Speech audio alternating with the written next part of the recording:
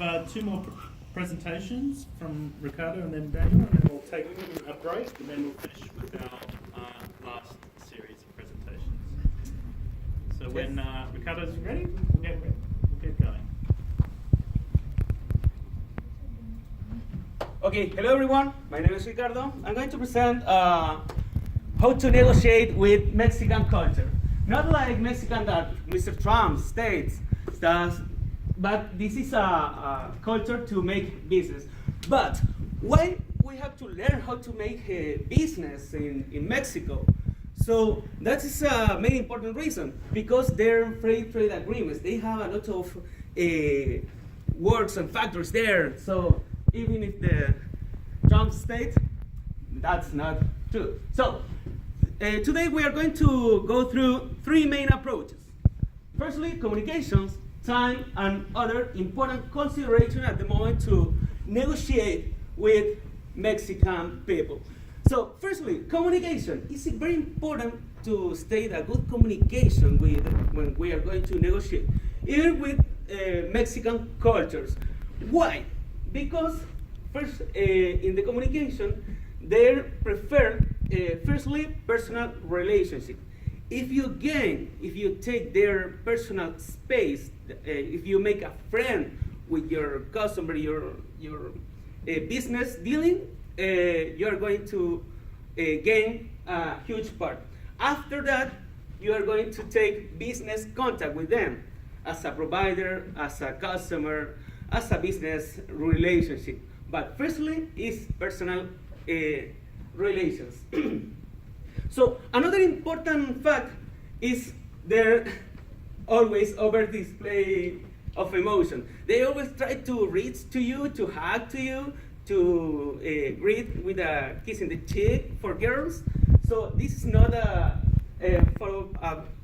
So that means that their personal space is very close than, for example, than the Canadian or Asian cultures. So they always try to keep near to you, try to greet with a handshaking. Also, they always try to avoid disagreement. That's why when they say, maybe we are going to think about that, is no, sometimes. So it's difficult that they say no. So another important factor is the time. So the time for them is different than the time for example, Asian cultures.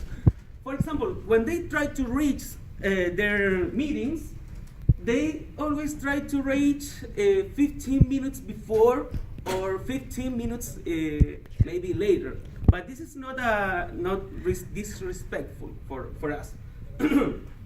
But after that, after 15 minutes, that is disrespectful, not like French cultures.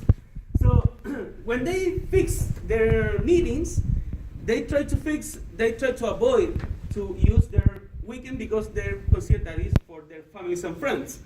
So that's why it's difficult to find a meeting in the weekend. When they think they are running over the time, they try always to reschedule a meeting. So if you are going to take a meeting with a Mexican culture, and they reschedule that, it's not disrespectful.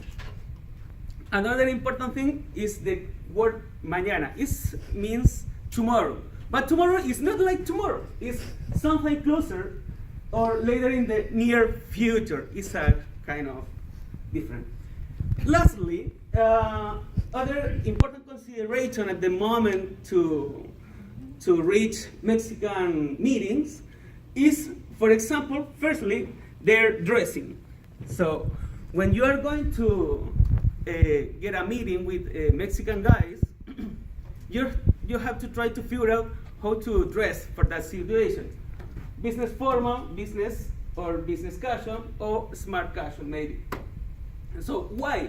Because they always try to reach that. Another important thing is the dressing, addressing people. So they always try to address themselves like their family name. For example, in my case, is Mr. Fierro or Mr. Sharper. That's why. So when you reach to them, they try to make their business meeting in the breakfast. That's why it's called breakfast meeting. That's because they consider that it's an important part of the day.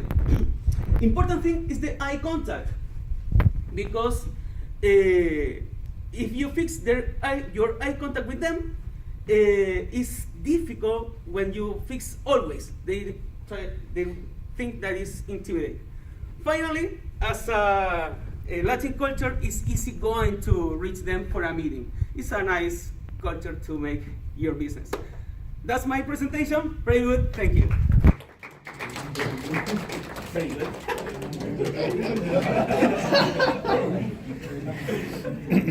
Do you want me to put that down? Very good, very good.